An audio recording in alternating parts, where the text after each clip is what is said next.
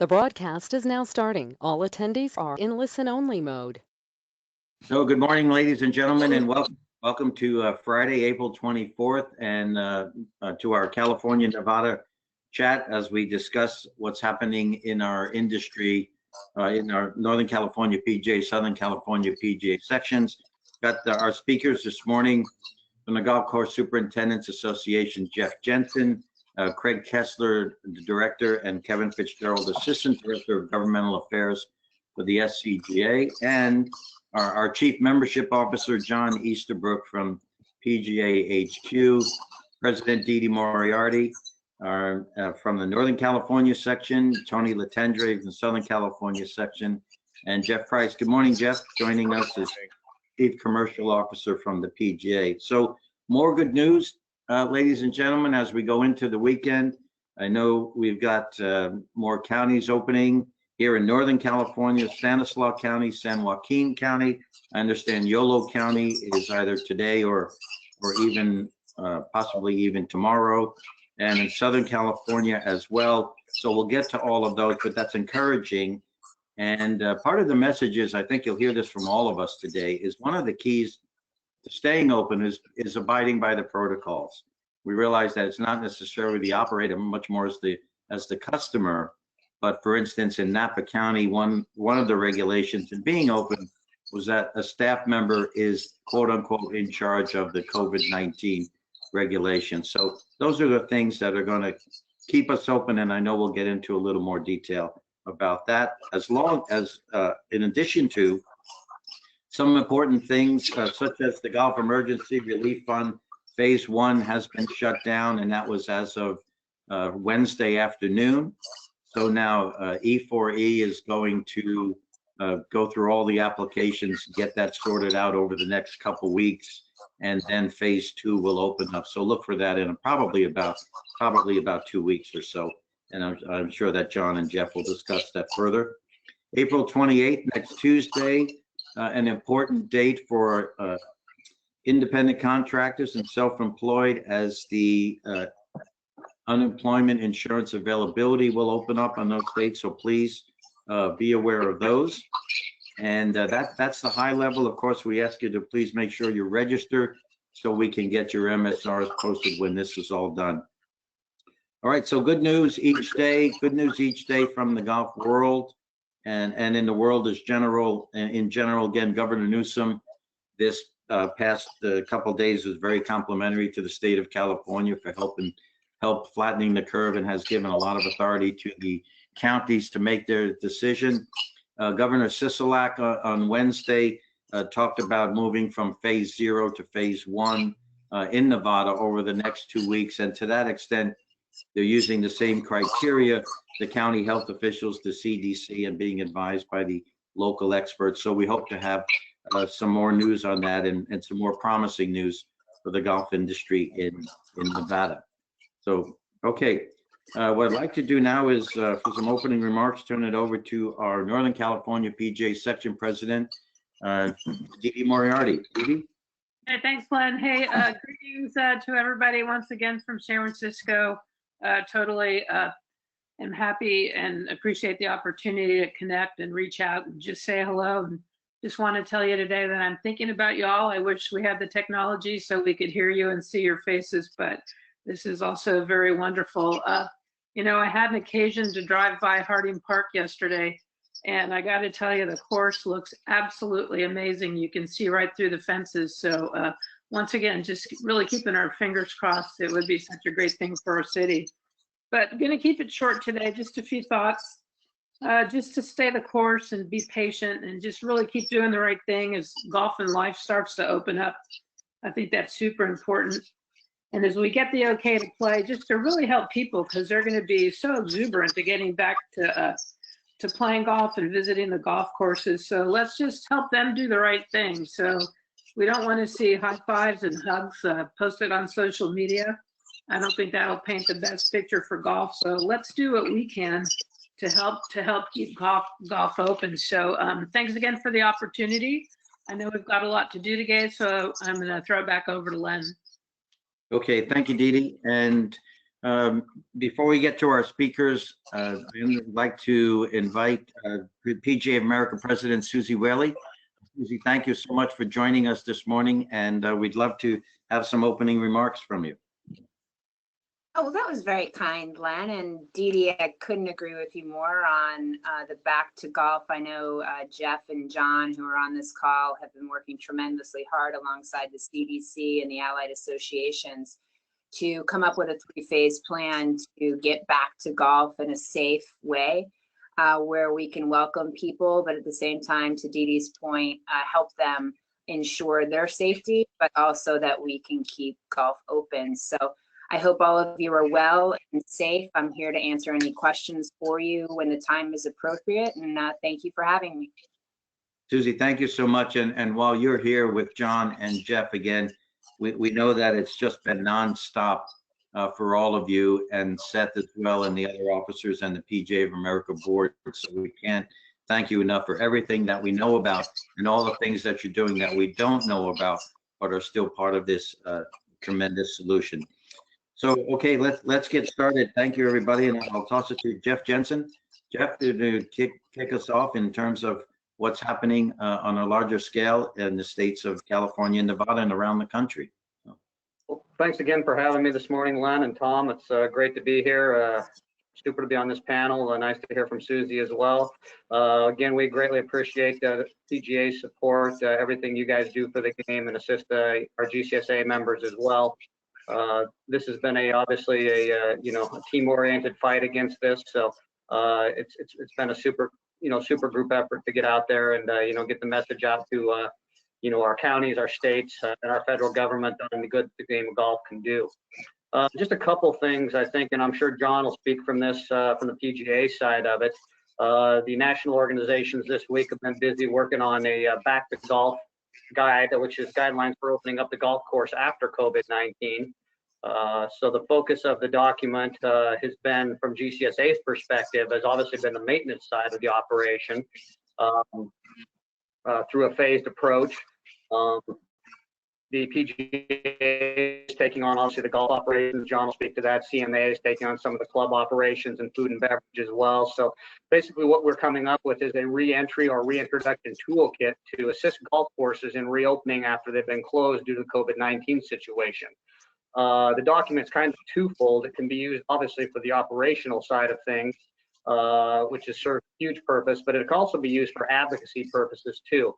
Letter has been put together. The letter can be sent out with these respective documents to our counties in California, obviously, and other parts of the country would be the state governments who are overseeing these stipulations. So these documents can be sent out. They're showing what the golf industry is doing in terms of safety protocols and social distancing efforts. Again, as I spoke about with GCSAs, it's a little bit more sided to our actual maintenance operation than to our guests. Obviously, we talked greatly about the on-course setup, flags, bunker eggs, ball washers, water coolers, sand and seed bottles, the driving range setup, so forth.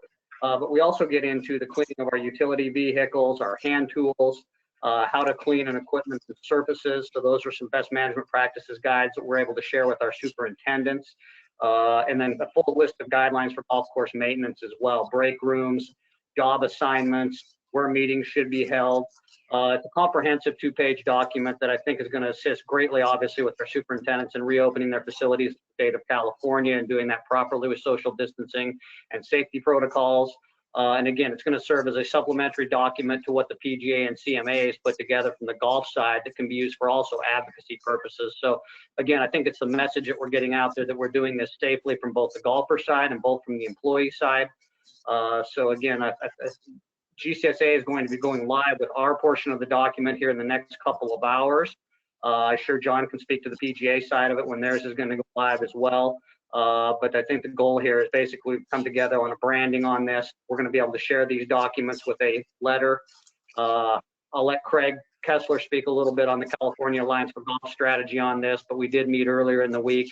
We have a committee in place and plan to put a letter together and reach out to our chapters, or excuse me, our counties across the state, with a kind of a soft ask about the golf, to talk a little bit about that and along with these documents. So I'll let Craig speak a little bit on that later in the call. I do know we also have some members on here from Northern Nevada today, so welcome to the call. Some of you may know I actually reside in Henderson in the southern part of the state. So just a little update from Nevada. The Nevada Golf Alliance is also putting together a letter and also BMPs from all sides of the business. It's going to be going to Governor Sisolak's office in the next few days. So again, we are working on that. Len talked about, he came out Wednesday. We are kind of using he's using the federal guidelines to determine when things are going to open in Nevada again. So we're kind of at that mercy of that right now. But we are hoping, based on what I'm seeing, that we're going to be seeing, a start within the next 2 to 3 weeks for golf in Nevada. So kind of where we're at in Nevada. And again, thank you guys for your time, your efforts on behalf of the golf industry. And through all our team efforts, I think we're moving in the right direction in California. Our message has been well received. The California Alliance for Golf put together a very strong message at the start of this. We've continued along that path. Again, Craig will speak to that, but it's been a super group effort by everybody. And we really appreciate you all being on here today. If you have any questions, I'm always available. Don't hesitate to call. And please feel free to use the resources at gcsa.org as well. We have a COVID-19 page set up there. We have pandemic response stuff. We have disclosure forms for employees and guests. Those have all been legally vetted by our attorney as well. So we have a lot of tools on there that are available to PGA members on our side as well. I know we're sharing that information. You guys are sharing it with us as well. So take a look at it. And again, thank you for your time today. We appreciate it. Jeff, thank you so much. The sentiment is changing clearly on so many levels, the state level and the national level, and the coalescence of the voice between the allied associations as we started off individually, but now get closer and closer. And as you describe, and I'm sure John will talk about later, that unified message is just tremendous. And I think we've done a lot of good things along the way in terms of, as Craig would say, being patient. Patient is not always easy, but we're certainly getting there step by step. So Jeff, thank you so much. And again, if anyone's got any questions, please put them in the chat box on the right-hand side. And I'd like to bring on my counterpart, Executive Director of the Southern California PGA, the one and only, I might say, Tom Addis. Tom?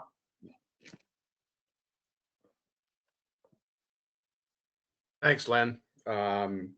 Welcome, everybody, and we're so glad you're here, and thanks to Suzie and the PGA team members who are here with us today, and Jeff, and you'll hear from Craig Kessler in a little bit.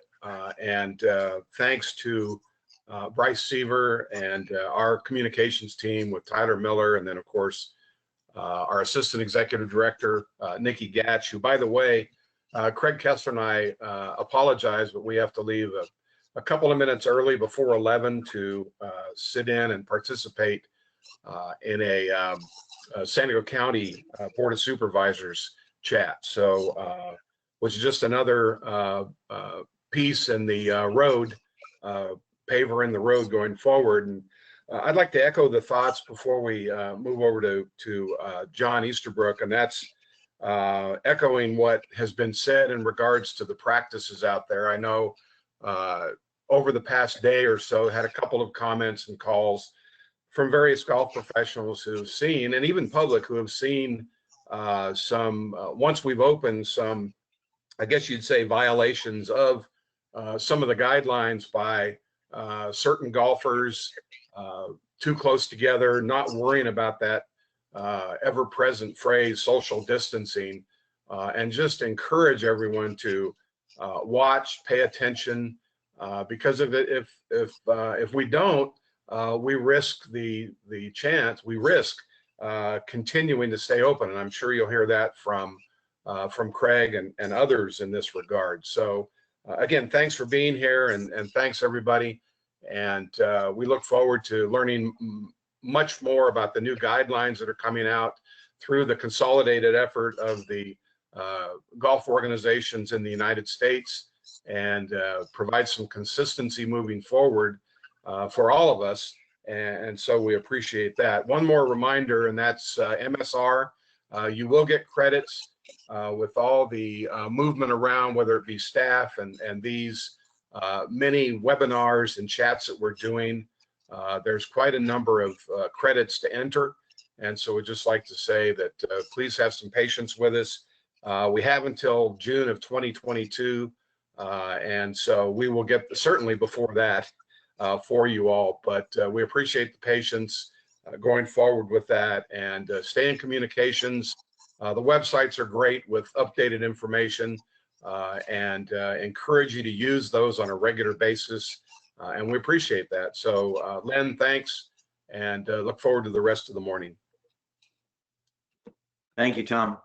Thank you so much for everything in keeping us informed and keeping everything moving in Southern California. So a little bit change in the batting order in respect. Tom mentioned that he and Greg do need to jump a little early this morning.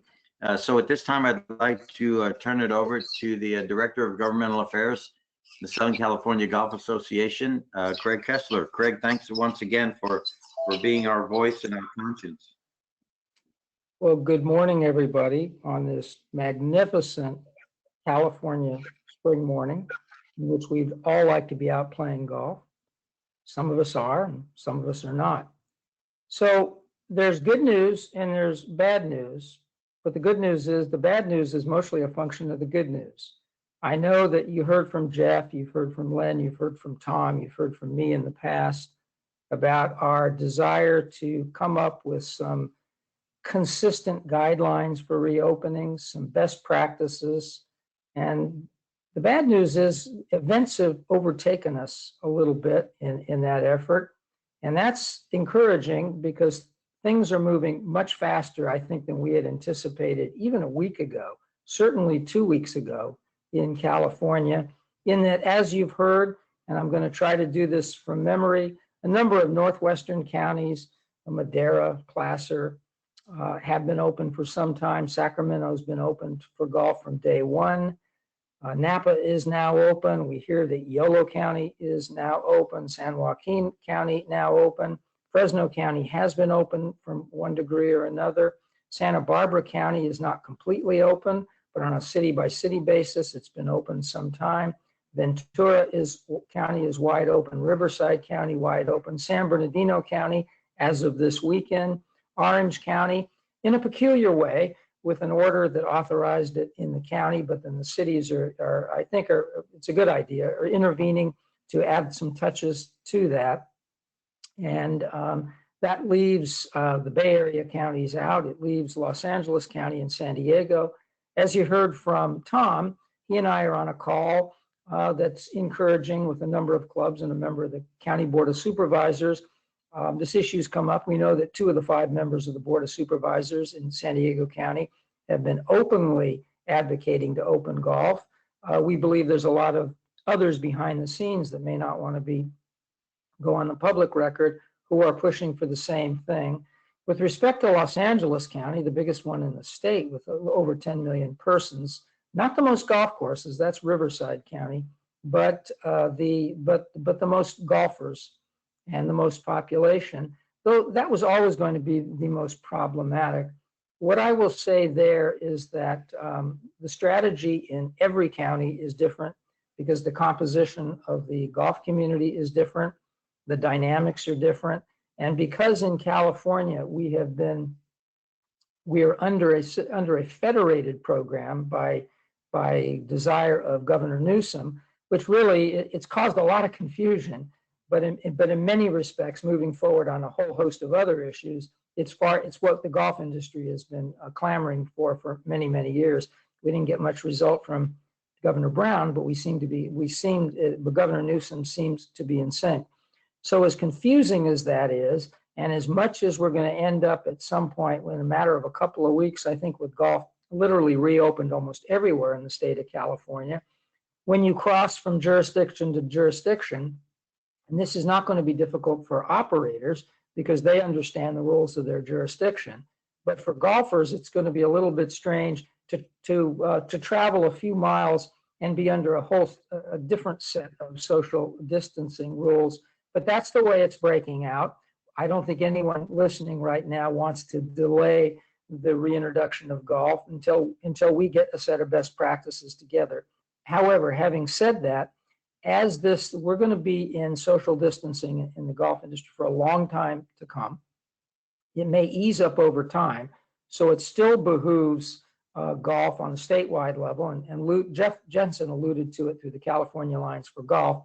And what that really means is the California Alliance for Golf is not going to come up with a separate set of standards. It's really going to take what Jeff referred to as the distillation of the best of the best of the best from each sector of the game at a national level and put it together into a package and stamp a California label on it. And those are going to be the guides moving forward.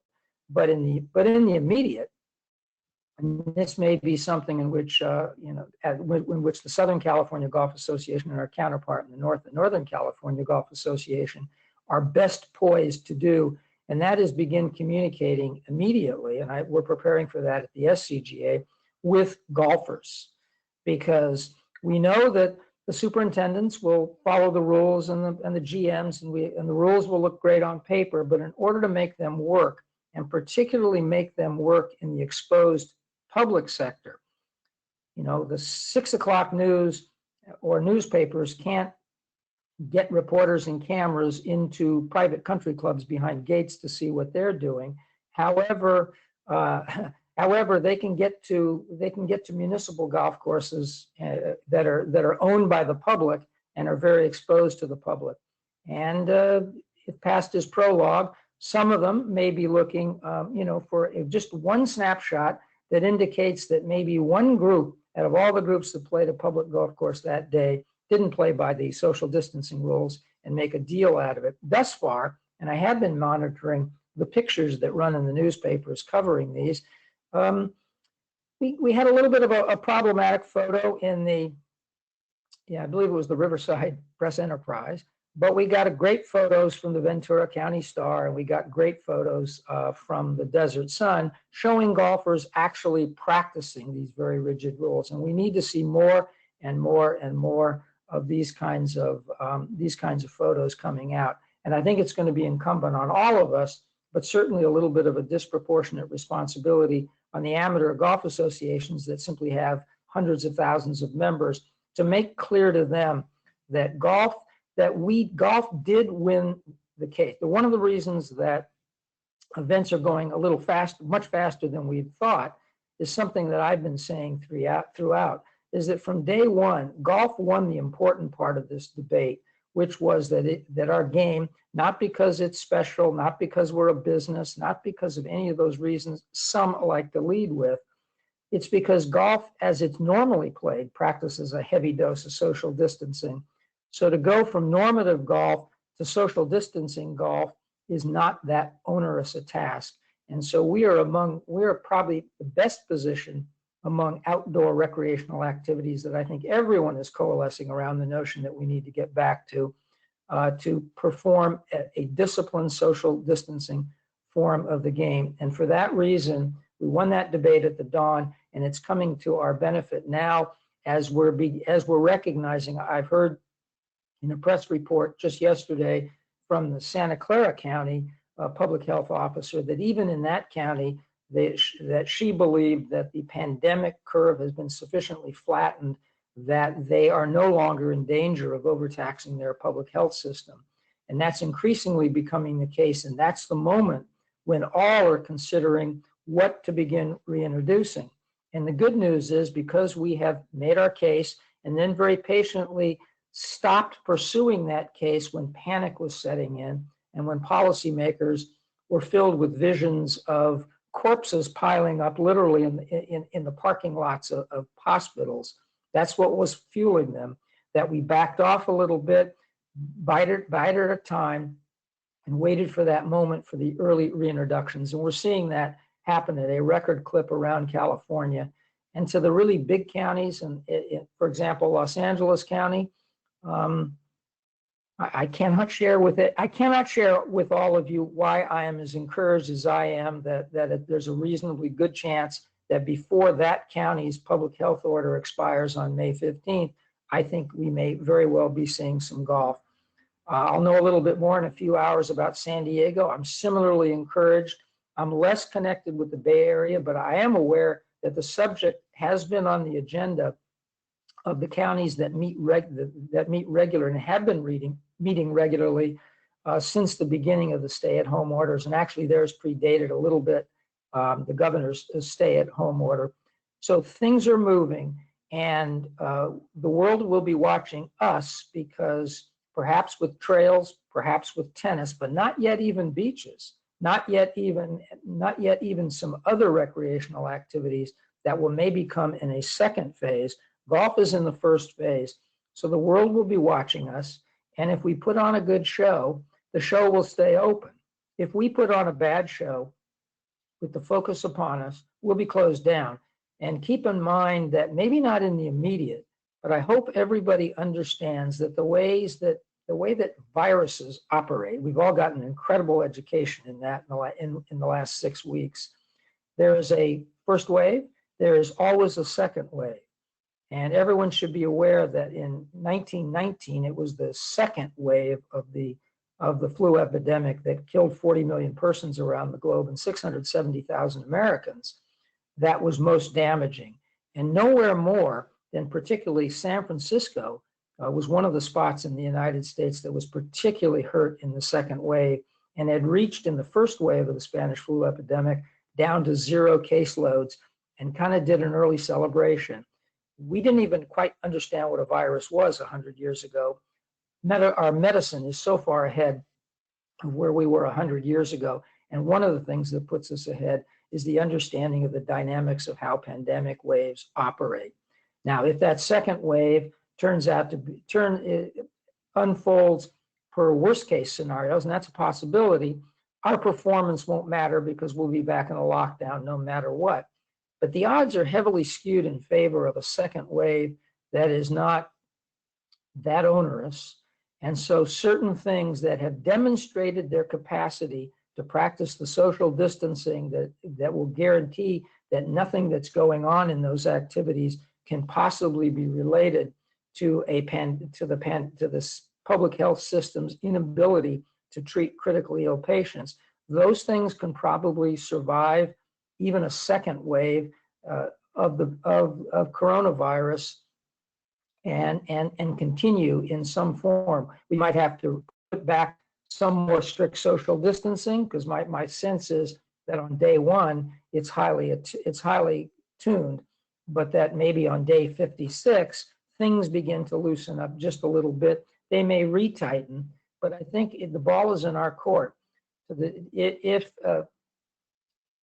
To insulate ourselves against a retightening that ends up back in a shutdown, that is purely I believe, within our capacity to control based upon our performance. So we're almost pivoting from what Jeff Jensen referred to as a set of best practices that have an advocacy function to maybe a set of more comprehensive best practices that amount to a performance function that we have to come up with in this particular first phase. So all things considered, I think the golf industry has done remarkably well and performed remarkably well for the most part in this state.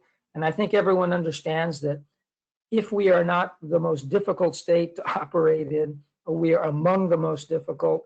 Perhaps New York was a little bit more difficult this time, but that had entirely to do with the fact that the coronavirus proliferated there at a level that did, for a period of time, overtax their health system's ability to deal with critically ill patients. And keep in mind, every time anyone uses the phrase critically ill patients, yes, they're referring to COVID-19, but heart attacks and strokes and aneurysms and all those other things don't take holidays because of a pandemic. Those things need to be taken care of as well also. So, and keep in mind that even the governor the other day indicated that sort of the first step of reintroduction is now all those surgeries that have been put on hold for this and have been scheduled can now go back according to a schedule in these particular hospitals. Those are not the elective ones. Those are the ones that are more acute and more necessary. Second thing I'll talk about, President of the United States has just signed the second infusion of money into the CARES Act, another $470 billion.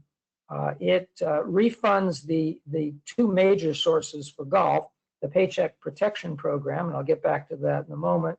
And it also funds the EIDL, which is a disaster loan program that private clubs in this state are eligible for and have always been eligible for. It's a pretty generous program. It is not the free money that the PPP is, and that's why golf's organizations nationally, for obvious reasons, made an attempt to put it in there. I've been personally counseling that attempt was highly unlikely to be successful. So let's focus on doing perhaps some other things for the C7s, and particularly, and I'm happy to see that $60 billion more was put into the EIDL. I want to go into some detail because this second round and some of the conversations surrounding it has really benefited the California golf industry. And let me explain. If you pay attention to the news and read the papers, you see that Treasury Secretary Mnuchin is openly asking for whether it's Ruth's Chris or many of the other major American corporations that got substantial loans under the PPP program, but are the kinds of corporations that have access to private capital in the markets, unlike small businesses, asking them to give that money back. Even House Minority Leader Kevin McCarthy is making a populist stand on that particular point. So I think that understanding that, and that's why I've always felt from day one, just looking at the politics of this, whether it's the C7s in particular, need to be looking at some other avenues to pursue additional relief and not that particular program. It's good for the golf industry because it's pained me as I've gotten emails from what I'd say are, we always talk about our difficulty in golf. Everyone thinks we're high and mighty. And yes, we have some magnificent private clubs, but they're not businesses at all. And then the bulk of what we call the golf business is mom and pop. And that sector of it that it was most struggling before the pandemic and is going to struggle even more are those kinds of facilities that are the heart and soul of community golf, of feeder golf, of beginning golf, of where we really practice all of our growth of the game programs. And many of them didn't get put in loans on day one and didn't get in part because they didn't have access to the CPAs and the lawyers that old Ruth's Chris might have access to, that can immediately put together beautiful packages and have prior relationships with banks where they're borrowers, where the materials already known. The second round of the PPP puts in another, 300 and some odd billion just into that particular program. And 60 billion of it is set aside for those small community banks and funds that deal much more with small businesses for which it was located. So I wanted everyone to understand the degree. It was painful to listen to the delay, but the delay did result in a bill that ultimately is better for that sector, that important and most jeopardized sector of the California golf industry.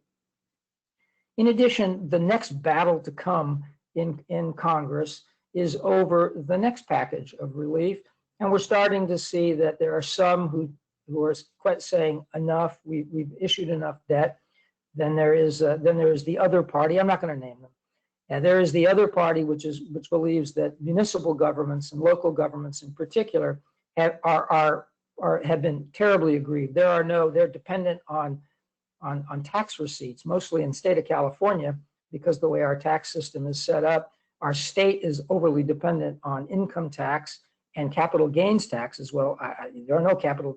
You can't pay taxes on losses, and you can't pay taxes on diminished incomes. And at the local level, they're disproportionately dependent upon sales taxes. There are no sales. There are no malls. There's almost no retail going on. So I've taken a look at some of the budgets, for example, in some of particularly in the city of Los Angeles, some of the counties, and it's brutal. So the degree to which in California, and a little bit more in Southern California than Northern California, a substantial part of the California portfolio is tied to that municipal sector. And so again, many of our rounds of golf, our growth programs, an awful lot of PGA professionals and GMs and superintendents and those who labor in the game are employed at these facilities. And they are, and all the great ideas that everybody had about, because things were starting to look good, play was up, you had late spring rains, everything was going to look like it was going well. All those hopes are dashed, and all those systems are tied to governments that are literally in desperation.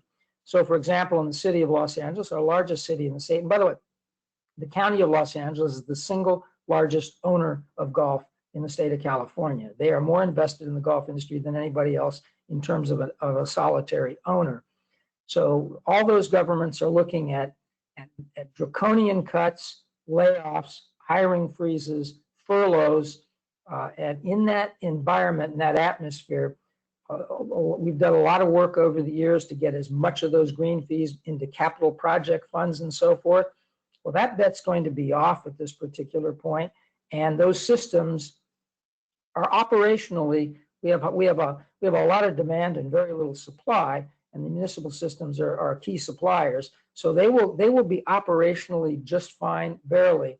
But the notion of all those excess monies they generate and we anticipate that need to be reinvested back into infrastructure, that money is going to be siphoned off literally to keep parks departments from collapsing. That's inevitable. It is almost no point in particularly fighting at this point. I know we fought it for years, but the world has changed at this point.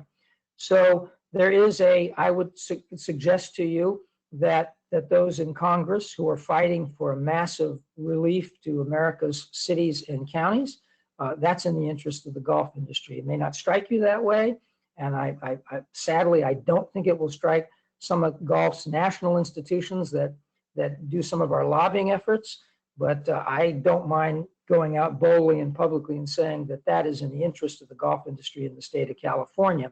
And it's in the interest of the golf industry, whether you are, doesn't matter which sector you're in, the growth sector, the feeder sector, that is the one that may be at the base of the industry, but there is no top of a pyramid without a bottom of a pyramid. Without the bottom feeds that top. And I'm hoping that if one of the lessons that's come out of this is that I think we did far better in California than many might have expected, to be honest with you, than I had expected, in large part because of what you heard here earlier, what you've heard in these chats in previous weeks. We came together pretty well as an industry long before this. We've come together as an industry even better as a result of this crisis. But as good as it's been, I think we need to come out of this with a closer relationship between that top of that pyramid and the bottom of the pyramid. Their fates are inextricably intertwined, and we need to come to terms with that and need to coordinate efforts a little bit better. As well as we've done, we can do a little bit better. And my final comment, and I'm going to hammer something that I think all of us are going to be hammering for a long time to come. Golf is back. It's golfers to lose. They're the ones that their behavior, their willingness to accommodate social distancing and rules of a game that are not quite the game we used to know. Gradually, it'll become a little bit more of that as time moves on. But we have the show. We can keep it going, or it will close, and it'll be dependent upon golfers everywhere in this state, and to the degree to which they look at the PGA or the SCGA or operators or management groups or any of us as leaders, we have to lead in this. And we have to make sure that we put on a good show. It's desperately in our interest. We are lucky as an industry compared to so many others in that it just happens that our activity is peculiarly amenable to social distancing. That's just luck. And there's so many other businesses and enterprises that will never come back because they, by definition, they require crowds.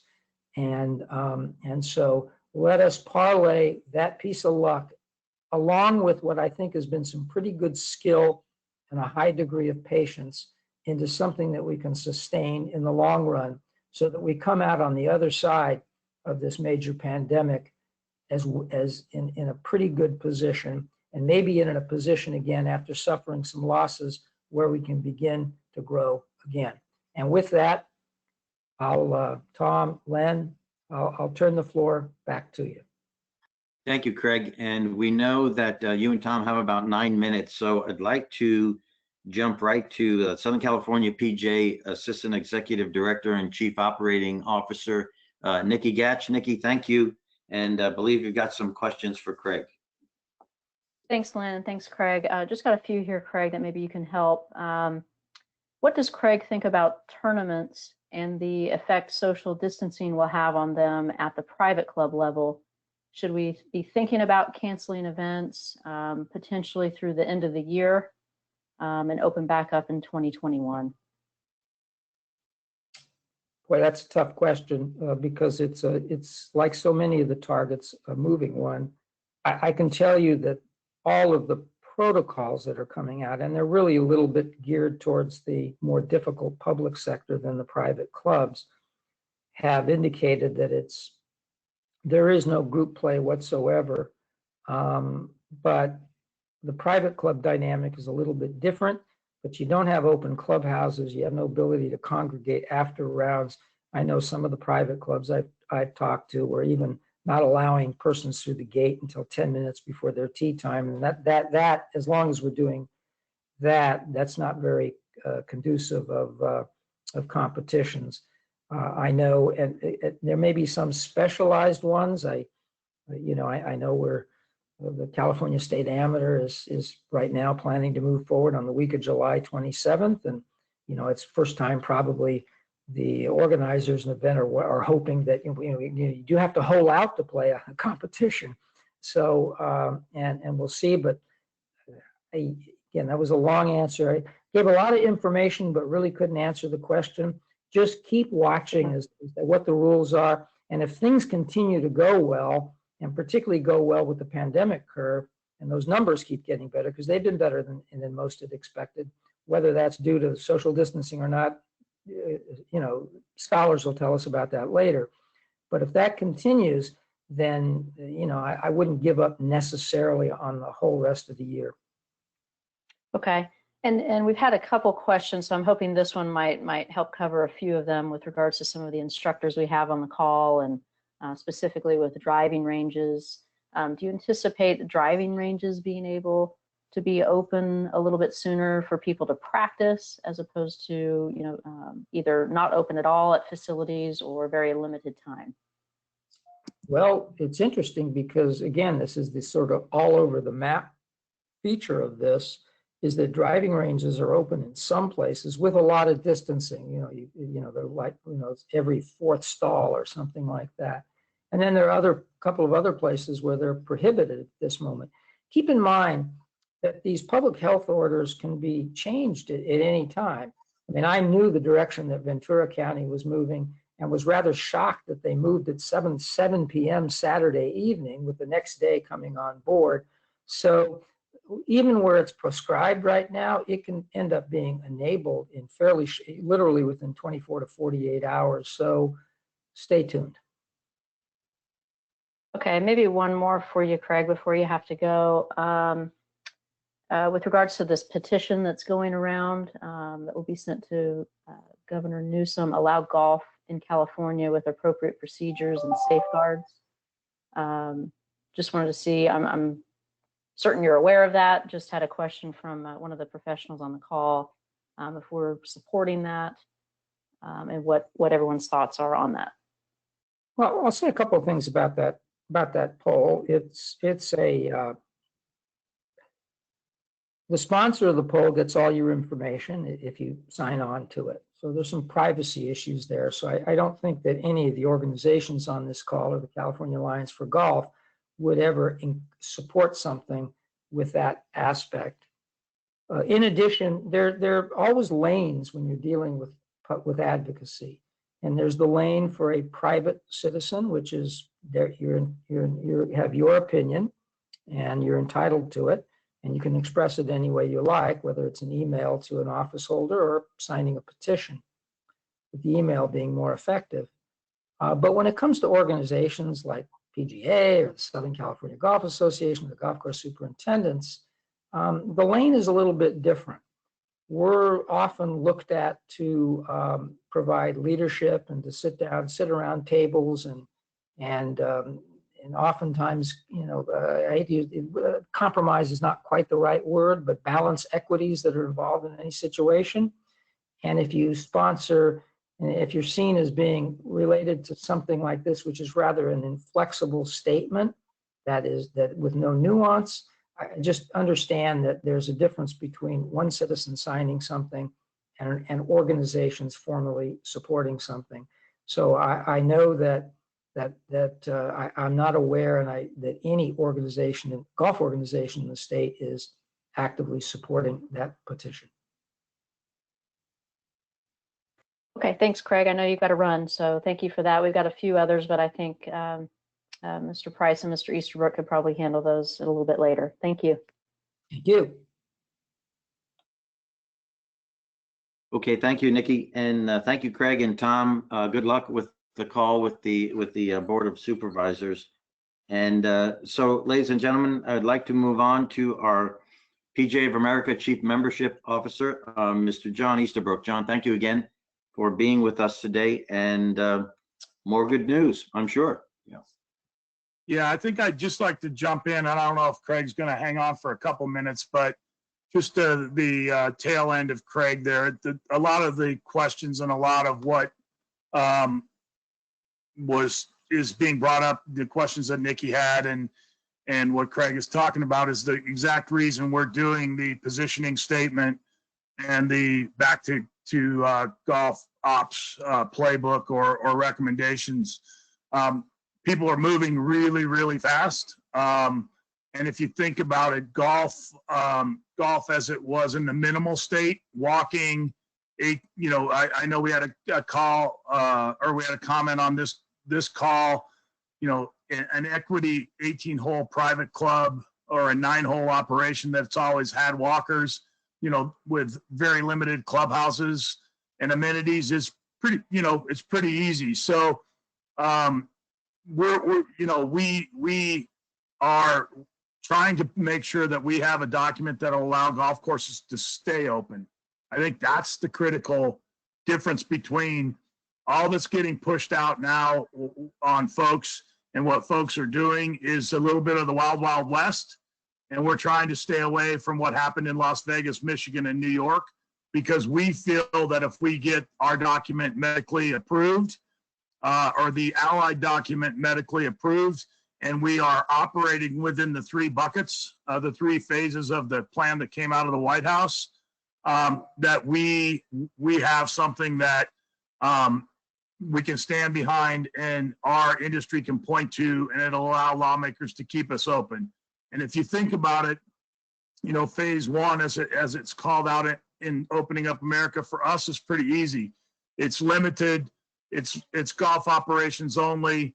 It's the no bunker regs, flags, no flags, cups flipped over, pool floats in the bottom of the cups, social distancing, single riders in a cart. That's pretty. I mean, I don't want to downplay it, but that's fairly easy. I mean, the golf course setup and people are adapting to it, and we're playing golf in many parts of the country. Where it starts getting sticky is as you get into phase 2. And phase 2 in Reopening America, you're starting to see gyms, bars, restaurants, salons in some states. What does that mean, and what does that do in golf, right? So in our document and what we're trying to lay out is that's where the local CDC guidelines and the flex and the adaptation, depending upon what you're dealing with locally, as Craig said, is what we'll deal with. And I'll give you some examples because I think it illustrates what we're dealing with, is that, and somebody asked about a practice facility, right? Well, if we are going to not be the wild, wild west and have pictures of 50 people or 100 people on a driving range on a beautiful sunny California day, if we follow the practice facility guidelines or the Opening Up America guidelines as it relates to practice facilities, our recommendation is going to be under 8 in phase 1. And so it's more individual lessons, under 50 people in phase 2, and then you're back to the new normal in phase 3. That is something that is consistent with what lawmakers are seeing in other parts of of the world and not just golf. So that's why it's taking us a little bit longer. You know, retail would be closed or limited in phase one, maybe look a little bit more like Walmart and Target in phase two, and be open in phase three. So again, things like what's the definition? People are like, well, we have sanitized golf cart. Well, there's a definition for a sanitized golf cart now. And so we're trying to put all those resources and all that information into a document that gets approved.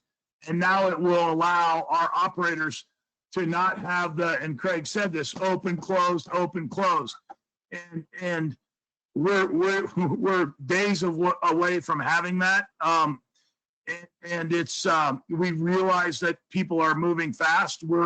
We have the ability to answer questions and tell folks kind of what we're seeing. We will post best practices as we did going into this closure on PGA.org. We will post best practices. We will post grassroots communication, and we will post the letters.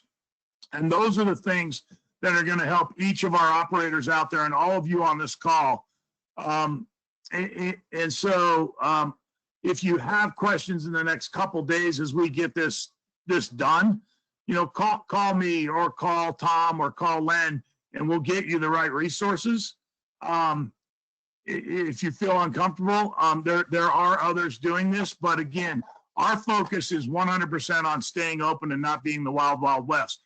I'm going to let Jeff Price comment on this, because I think it's critically important. And I know everybody is waiting on, you know, on best practices and guidelines. Jeff? I think I'm unmuted now. Can you hear me? Yep. Okay, perfect. Thanks, John. So the effort that we're undertaking is really, as to John's point, utilizing the opening up America again framework that the White House and CDC put forward late last week. The phases that they have mapped out basically work in phase one. Social distancing is limited to 10 or less people in any one setting. Phase two is 50 or less people in any one gathering. And then phase three would be back to normal operations. So that's the framework that the CDC has set on the White House's plan for opening the general economy. And what John and Rhett Evans and Jeff Morgan from the CAA, Rhett from the GCSAA, have been doing with help from a lot of other folks, but kudos to the three of them for incredibly hard work, is pulling together the framework of what that means. And so it's going to kind of happen in three distinct elements. The first is a guidelines document that is similar to what the White House issued in terms of opening the economy. We have built a document that we're going to be sharing with the CDC today that outlines the phases and the general parameters of what would be happening. And we think it's critically important to get that CDC review and ultimately be able to bring that back so that as conversations are happening with state, local, county health officials, that the framework that we've done has been vetted, and it is something that isn't just organizations in self-interest, but something that the CDC has reviewed as the economy is being reopened. That framework will go forward, as I said, have CDC review, and then ultimately the key is to what John was speaking to, an operations and communications playbook that will go against the three phases. And that is something we're looking to post early next week as a resource, and that will be something that you can refer to, understanding that there will be, in the state of California, you could have different counties in all three phases of this kind of back to golf scenario, and we understand that. And certain health guidelines may say that something that in the phase one is approved is actually not. And so you have to pay attention closely to those local, county, and state guidelines. But this is something trying to create a national framework so we have standards and ultimately can have a conversation across state boundaries that is meaningful and ultimately something that is hopefully beneficial to all PGA professionals and others that work in the industry. To go along with that, and speaking to specifically what Craig said, and the phrase as I've heard it is golf is incredibly well positioned because of the inherent nature of the ability to social distance. Unfortunately, golfers, many just by nature, are very gregarious and friendly and kind of let their guard down. And so it's a challenge of policing social distancing with golfers, not necessarily inherent golf problems. And so we're trying to work through that from a marketing campaign perspective. We have a couple of really interesting ideas. One is about the overall health, wellness, an opportunity not just to bring those who love golf back, but those that are clamoring for healthy recreation. Can we invite a whole new set of people to play golf that have never thought about it before? Because it's one of the few things that you can do safely as outdoor recreation at this time. So we'll have something in that bucket. And then we are looking at a rules-based spot that kind of talks about how golf has inherently always been about rules. And then using, hopefully, tour players, LPGA players, celebrities to talk about the new rules and make that something that we can start to ingrain into golfers as to what the social distancing rules mean, and have some fun with it, but also be something that there'd be a key takeaway that when I go to play golf, this is how I should be playing. So it's a comprehensive approach. Our goal really is to build something that can be a common language, a common set of standards, but we certainly understand on the local, county, and state level, it will be adapted to meet what is put forward.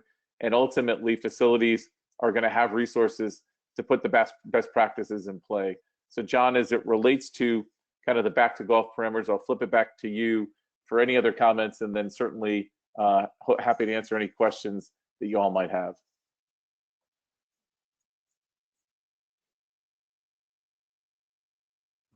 I don't have any.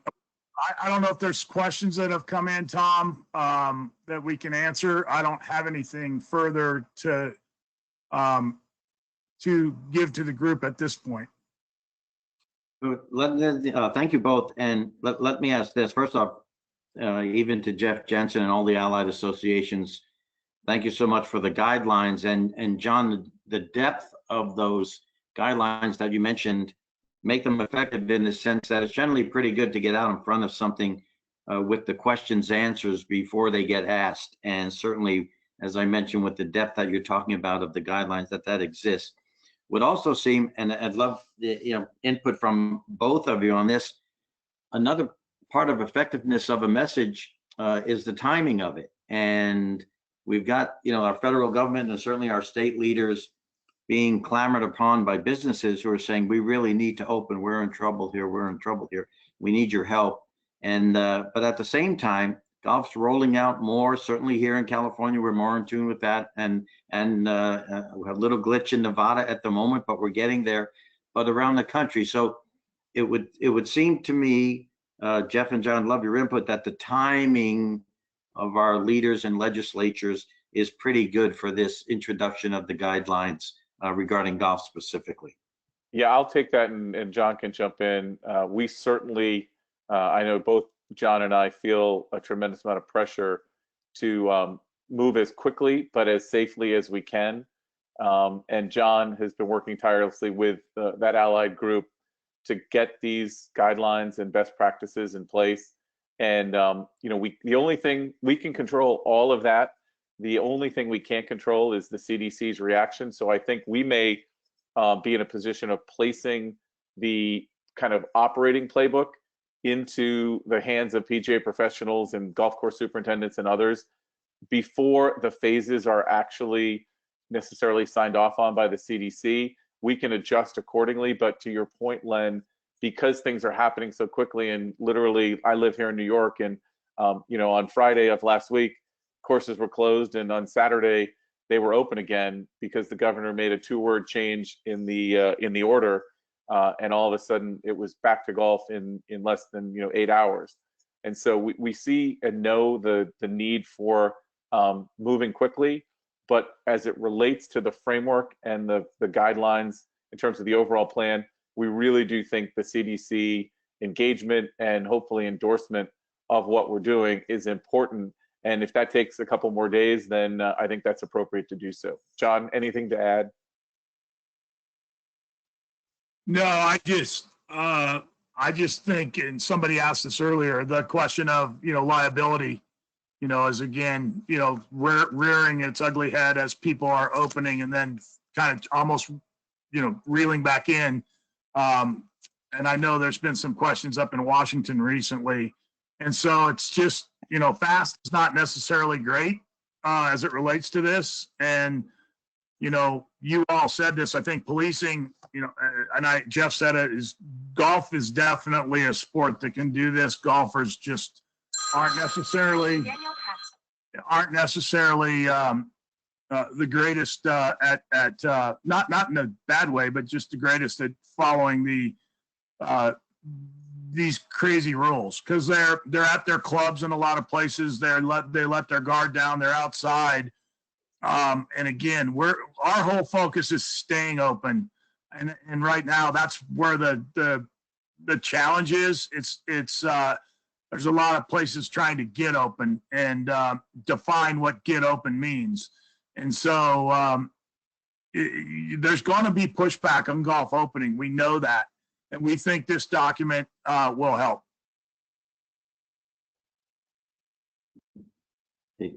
John, Jeff, thank you for that. And Jeff, certainly agree that getting the CDC review is really critical, because that eliminates bumps along the road. It's an aspect of inclusion, and ultimately will save time and lead us to the right thing, because then their hand is and signatures on that as well.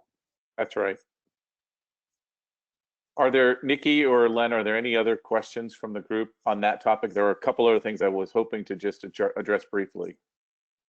So, Jeff, I don't see anything specifically on that. Sorry, Len. Oh, good. Go ahead. I don't see anything specifically on the guideline topic. There was a question on unemployment. I'm not sure if you guys want to try to tackle that, or if we can follow up with this professional. Basically, the gist of it is this professional was laid off. Now he's being asked to come back to work, but isn't allowed to teach. So that significantly modifies his revenue. He would actually be making more money on unemployment. And I think he's asking if if he could still collect unemployment for the revenue he's missing out on and instruction fees. Nikki, why don't you send that specific question if you can? We have some advisors that have been working with us. I believe there's a pathway there, but that's not an area of expertise. I don't want to give false information, but I directionally think there's a pathway there. Okay, perfect. I'll forward that on to you. Thanks, Jeff. So Jeff, the floor is yours, please. Thank you. Terrific, Len. Just two other quick points. And obviously you've got a tremendous resource in California as a national leader, both in Len and Tom, but Craig Kessler does an amazing job. And every time I listen to him, he's incredibly inspiring and educational. I would just add, as it relates to the lobbying efforts in Washington, that, from Seth and our lobbyists, a tremendous amount of effort was made through the White House, directly with the president, through the leaders in Congress, including Speaker Pelosi and Rubio and others, where the fight for C6s and C7s was an aggressive one. I think golf smartly tried to align with groups like the Chamber of Commerce and others in DC, so that this was never about golf. It was about C6s and C7s as tax entities being included. And unfortunately, in this phase, as Craig said, they're refunding the original plan that did not include 6s and 7s. They didn't open eligibility to any groups. And as I think many of you know, that Chamber of Commerce group is incredibly powerful, and they weren't able to move the needle on it. Our team did, I think, an exceptional job trying to push hard, and I think has set the table for future initiatives where eligibility is considered or reconsidered. But ultimately, in this instance, the bill essentially is just refilling the coffers to the programs that were implemented, PPP most specifically, but ultimately didn't focus at all in a conversation of expanding eligibility. So I just wanted to make sure that was understood, because I know there's often frustration, rightfully so, that golf has been unfairly carved out of things in the past. But as it relates to this one, it's really about tax status of 6s and 7s, not necessarily anything to do with golf as a sport. So just wanted that as a clarification point in terms of what goes on in Washington, D.C. And then finally, I just wanted to give a quick update on the Golf Emergency Relief Fund and the efforts that are continuing on that behalf. I'd say first, last Friday at 11 a.m. Pacific time, the fund closed. Everyone who had completed a registration had until the 22nd of April to complete their application. Thousands of workers in the golf industry went through that process and did so. And those checks will be delivered over the course of the next 2 weeks. The second phase of the program, that first phase was grants of between $500 and $1,500, depending on need. The second phase, which offers grants up to $3,500, inclusive of anything that was in phase 1. So if you got a $500 check in phase 1, you could be eligible for $3,000 in phase 2. That will open in late May.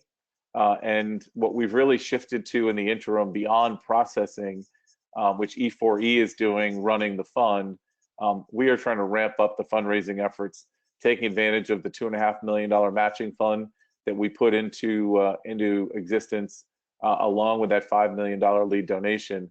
And so the efforts, and we thank folks like Titleist and FootJoy and Honma and others who are running programs to support PGA professionals and those in the golf industry through the fund, donating resources. We've got an activity with the World Golf Tour and a virtual game where we're using that to help drive donations. We are continuing to talk to kind of the allied associations about their donations to leverage our matching funds.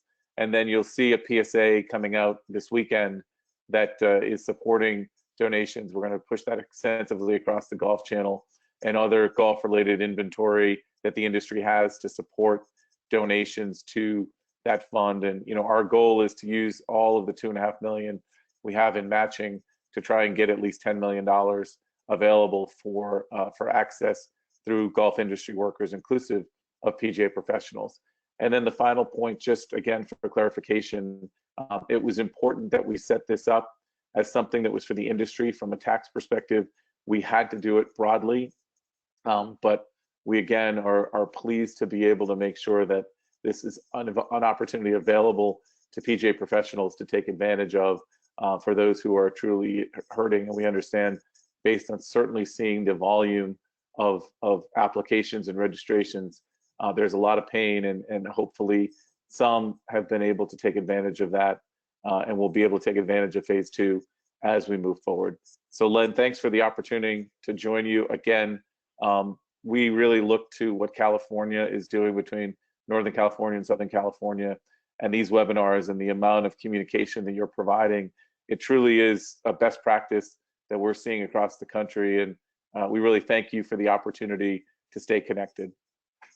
Well, Jeff, thanks. We are, if nothing else, just providing the platform to bring yourself and John and Greg and everyone, Jeff Jensen and Suzie, to us. So it's your participation that's making it so valuable. Jeff, as we transition from phase 1 to phase 2 of the Emergency Relief Fund, just to point out to everybody, keep in mind it is a 2-step process: 1, creating an account, and then 2, the application itself. So as I was on the other day, Jeff, and working with one of our section members to create that account, I couldn't find it. So is the create account shut down at the moment as we transition from step 1 to step 2? I believe it will be reopening. I think once the phase 1 was closed, the application process closed and registrations closed. I will get back to the timing on registration being available, and I'll get you that date, Len, as a follow-up. Okay, Jeff, thank you. And again, to everyone, please remember that create account step is an important step for a couple of reasons. One, quite honestly, it's necessary. 2, when it comes time to put in the application, it just eliminates that much stress and cumbersomeness, if you will, that the account is already in place. So I think we're pretty clear on the questions. Jeff, some final thoughts for the group today? Yeah, and I would say hopefully you're all getting a chance to watch the weekly message from Seth and Suzie. I think today's is especially poignant as we start to see, and certainly Craig talked about it, this transition from everything is closed, we're just trying to get golf open, to the green shoots that come from golf being open and hopefully staying open for the foreseeable future, that there is no second wave. And so I think I would just ask that understand when these guidelines come out that nothing will be perfect. I think that they're very thoughtful. They're in line with what the government is doing overall to try and reopen the economy. We are trying to be responsible and really think about health and well-being of PGA professionals, those who work in the industry first and foremost, and then those that are playing the game, then coming to us, that we can provide a great recreational opportunity, a great walk in the park, great mental escape, and all of those benefits are things that we want to be accentuating in this time, and getting that message out, along with the need to play by the rules of social distancing. And so nothing will be perfect.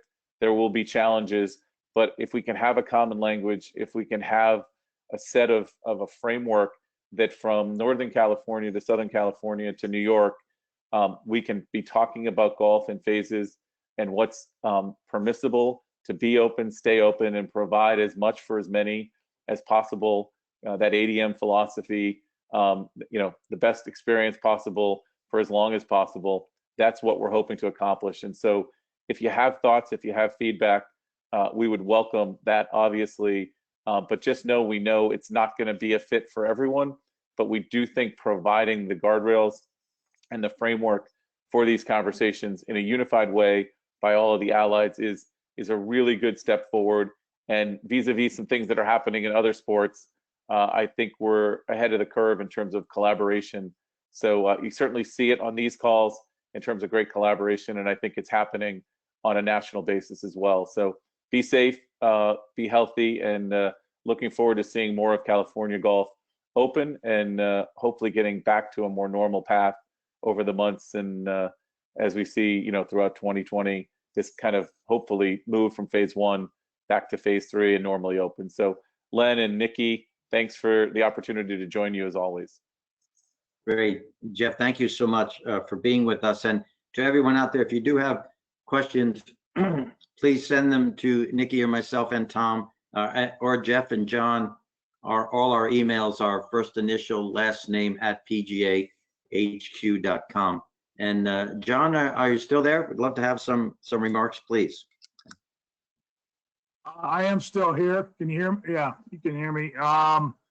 I just echo Jeff's thoughts. Thank you, and appreciate you all inviting us in, really, and to be transparent and collaborative and be a part of the communication process here.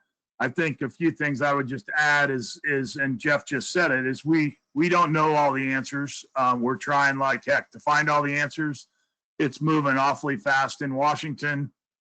We've got boots on the ground in Washington. We've got, Daryl and Seth working hard on what we're doing in Washington and the collaborative efforts of the industry. We're a little bit disappointed, as Craig said, of what's coming out of Washington right now, but I think we'll take another bite at the apple when the next phase comes towards us. So we're working hard on our professionals' behalf. We're continuing to add education programming virtually. The numbers are exceptional, and we want you to be participatory out there. If you have a challenge or you have a problem, all I'm asking is that you check with Len or Tom, or as you popped up here, Nikki and Tony and Jeff and I, Suzie, whoever, and not take it into a public environment. We are working on our fellow PGA members' behalves, and we don't need, the negative stuff out there right now. So those of you who've been very positive and participatory and collaborative, I thank you. That's what this association is all about. And again, as Len just said, utilize the resources that you have. We're here for you, whether it's at the chapter level, the section level, or the national level. We're all in this together. And again, as we reopen, utilize the resources, be smart, be responsible, and most importantly, protect your staff and protect our game. And we will get you the resources as absolutely. Trust me, there is nobody on the planet right now that doesn't want to get the resources out 2 days ago, other than me, because I'm taking the bullets right now. So we'll get it out as soon as possible. And again, we'll take the feedback then. And I thank you all and look forward to next week's call. Thanks, John. Len. Thank you. Yeah, thanks so much, John, for really an amazing message that everything's working on when we talk about an opportunity for new players, when we talk about a rules-based platform as part of the guidelines, when we talk about the tour, bringing the tour players in to be part of broadcasting the message, and just how powerful that all is working on our behalf. So, John, thank you. Suzie, are you still there? Okay. Well, thank you, Suzie, for being here earlier with us. So, ladies and gentlemen, I'd like to thank our speakers, Jeff Jensen, Suzie, John Easterbrook, Jeff Price, Tom and Craig, of course, President Moriarty, and good news, and that we've had 4 counties open within the past 24 hours. Craig, a couple of good things, some good news from Santa Clara County, which is, as you know, East Bay, and also one of the more impacted counties early on. So when we hear about flattening of the curve there, that's all very, very positive, as Santa Clara was one of the 6 original Bay Area counties that issued the orders. So we're hoping as more and more gets open, that once one of those, or maybe they'll all come back in a group based upon an article that was in the San Francisco Chronicle last week. That's a very, very encouraging sign based upon the population density and the issues that come along with social distancing and such when the area, literally the square footage is tighter. Good news, Craig's gut feeling about Los Angeles County, same parameters, being, as he mentioned, the county with the most publicly owned golf courses, city-owned golf courses, and also, again, back to population density. So that's good news. I'd like to turn it over, didn't leave them out, but certainly now to Assistant Executive Director and Chief Operating Officer of the Southern California PGA, Nikki Gatch. Nikki? Thank you, Lynn. Appreciate everyone joining us today. Just want to turn it over to our Southern California PGA Section President, Tony Latendre, for some closing comments. Well, thank you, Nikki, and thanks everybody for the time. It's really exciting to see that we still have, nearly 200 or just over 200 people on these chats every time we do it, twice a week. So as long as there's that interest, we're going to continue to do this. Just want to say thanks to everybody on the panel, everybody that's been involved and working so diligently for us, golf professionals all throughout the state and as well as Nevada, so both states, as well as the country. A couple things that I wanted to just kind of reiterate that were said earlier, and kind of an underlying message is that, there are a lot of eyes on us as we open. Keep in mind, it is a difficult thing perhaps with our memberships or with our clients, with our guests, with our golfers, to just make sure that they are following those guidelines. It's a difficult thing. Everybody wants to get back to golf, and everybody wants to get back to normal with their daily games or their having beers after golf and that sort of thing. But we just need to be mindful that there's a lot of eyes on us, and keep in mind that we don't want to give anybody a reason to shut us back down. So the better we are at enforcing that with our members, guests, with our golfers in general, the better off that we'll be.